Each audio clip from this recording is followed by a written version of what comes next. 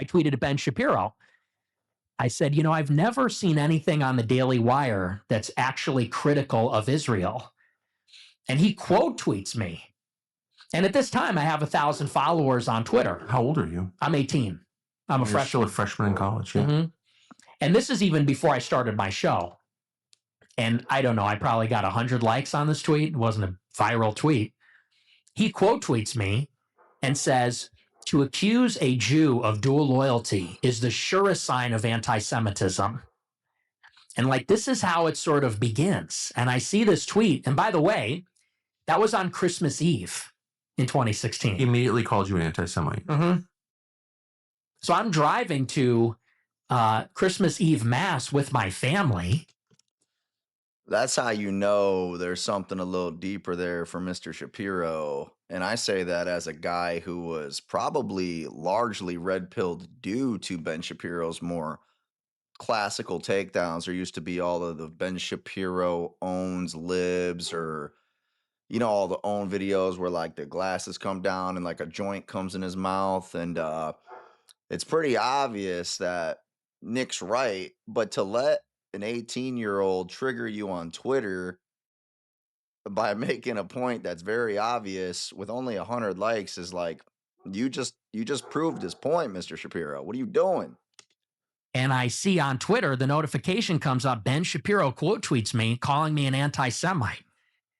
And I was like, what is this? Like, why is this guy attacking me? Because I don't have a platform at this time. I'm not an influential guy or anything. And so then I put out another tweet similar. I said something like, if you're China first, you should live in China. If you're Mexico first, you should live in Mexico. If you're Israel first, maybe you should go live in Israel. And again, he quote tweets me and says, you're an anti-Semite. That same night? This was, I think, a couple weeks later. Happened a little bit further down the line. And so... Were you surprised that he knew you were? Yeah, I was. I was surprised at why he cared. Yeah.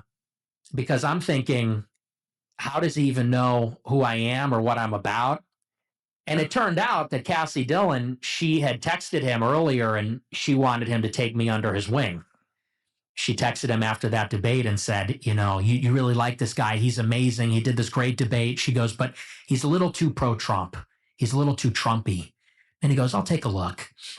And so I guess... Oh, snap. So he had some sort of influence. He wasn't a nobody, but 100 likes on a tweet to, show your fragility if anybody questions Israel. If you question Israel, it does not make you anti-Semitic. That is like the racist argument that nobody cares about anymore. Anytime you criticize inner city blacks shooting each other, it doesn't make you a racist. Anytime you criticize rap music for pushing nothing but vulgar nonsense, like hoes dancing for dollar bills on my chains, it doesn't make you racist, right? So the anti-Semite stuff, it's played out. Nobody wants to hear that. The two of them were kind of like grooming me in a sense. They wanted me to go maybe and be a Daily Wire, or maybe looking me as a potential conservative activist or influencer. And so they started paying attention to me, and the more critical of Israel I was, I started to get this really intense pushback from the both of them. And from a lot of the people at Daily Wire. Why do you think, so you're an 18-year-old college freshman, you're clearly talented and you're engaged, you're really interested, and you ask not crazy questions, like, what is this? Mm-hmm. And rather than explain it, they just call you a racist, call you an anti-Semite. Like, that's the first response. That seems like the least effective, well, it turned out to be not very effective in your case. Right. But that seems like the least effective thing you could do. Why do you think they did that? Well, I think that you have to look at it not in retrospect, because hindsight is 20/20. And so looking back, you could say they made a terrible mistake because look at sort of what they provoked or what they catalyzed. Yeah. But at that time, you got to consider, I'm 18 with no following, with no network. I'm coming from the suburbs of Chicago. My parents didn't go to college. I have no connections. And so for them, it was very easy that if they detected that a promising young guy was going to become anti-Israel in the conservative movement, they could crush that person easily and grind them under the heel. So they sort of were alerted, oh, there's a precocious young guy that isn't on board with Israel. We'll keep an eye on him. And if he gets too vocal or popular, we'll cut him down, we'll crush him. Because at this time, as you know, in 2017, it's a very different time. 2016, 17, any criticism or dissent on the subject was a death sentence. You became radioactive, unhireable, blacklisted, and that's exactly what happened. And basically from then on, it was just this escalating series of blacklisting, censorship, hit pieces, rumors. Isn't it amazing that the right would fall for something like that? Like, the more you try to cancel somebody, the more people want to listen to what they have to say. I think the expression goes something like, if you cut out your enemy's tongue, it doesn't prove he's a liar. It just proves that you're worried about what he had to say, something along those lines. So, to me, I don't get why people, honestly, as intelligent as he is, you could have your criticisms about Ben Shapiro, but he's a highly intelligent guy, would not notice that. Like, if he would have ignored Fuentes, he could be a no-namer still.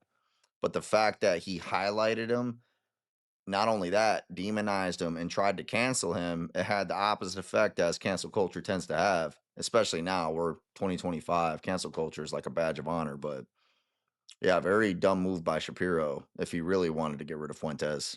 To try to ostracize me from the movement. And While you're a college student? yes, as a freshman, yeah. If you made it this far, I really appreciate you. Take a second to like and subscribe, because getting subscribers is hard. $0.8 billion per year. What is that for? And they would say, well, you know, there's a really good answer for that, but you're asking it in the wrong way. You're asking it in an anti-Semitic way. So where does the Let's check out a different topic real quick. So we got Fuentes decided to challenge conservative. Where you at? The conservative establishment. Yeah, all right.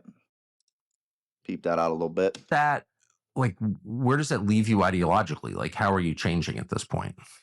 So at this point, I'm realizing that something is deeply wrong here in the conservative movement, because we were led to believe in those days of the campus culture wars and Gamergate and all that, is that we're the marketplace of ideas and we're about free speech and the rest of it.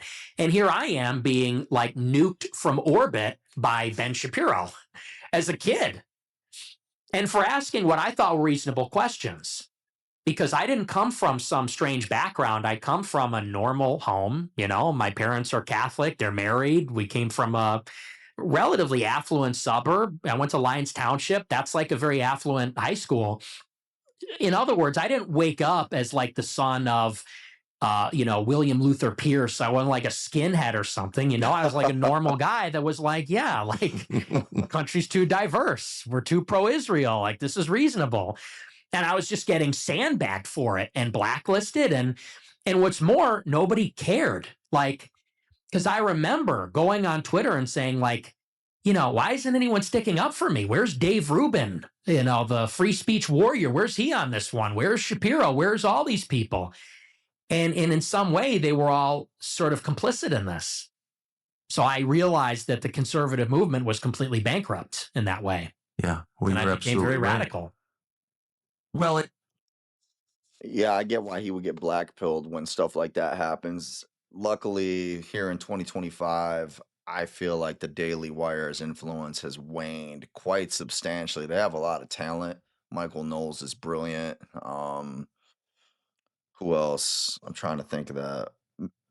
Matt Walsh, also very talented guy, but they know what fine line they have to stay on. I think I remember correctly, Knowles didn't even go to like Candace's big event because of the departure they had, even though he was like best friends with her husband. So their influence is waning substantially, and rightfully so. If you're not America first, you could get the hell out.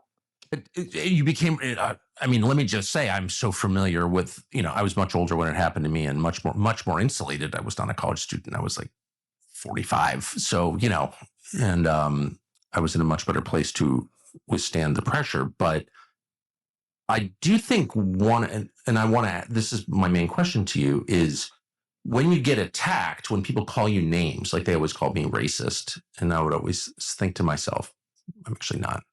I would tell you if I was racist. I'm a little sexist, but I'm not racist. And I never understood why they did that. And then I thought maybe the point is to make me racist. I've thought that Where you too. just get to a point where you're like, well, That's a great point Tucker's making. You ever thought that they push these lines so hard that they like want you to get radicalized? They like you do you feel like you're trying they're gonna try to radicalize you with your feed alone. My ex feed is nothing but like people abusing food stamps, spending thousands of dollars a month with shopping carts full of food while I'm sitting here scraping by to make ends meet, and then white kids getting jumped randomly in hoods. Like that's my feed. So if that's the kind of stuff that doesn't forcefully radicalize you, I don't know what does. I try to stay like, you know, neutral to some degree, but I don't like seeing that stuff, and it has an effect on me like it does any other sane person. But he's absolutely right. They call you racist enough times, you're gonna be like, maybe I should just be racist. Like, screw it, you know? But anyway, if you made it this far, you're a real one. I'll catch you next time.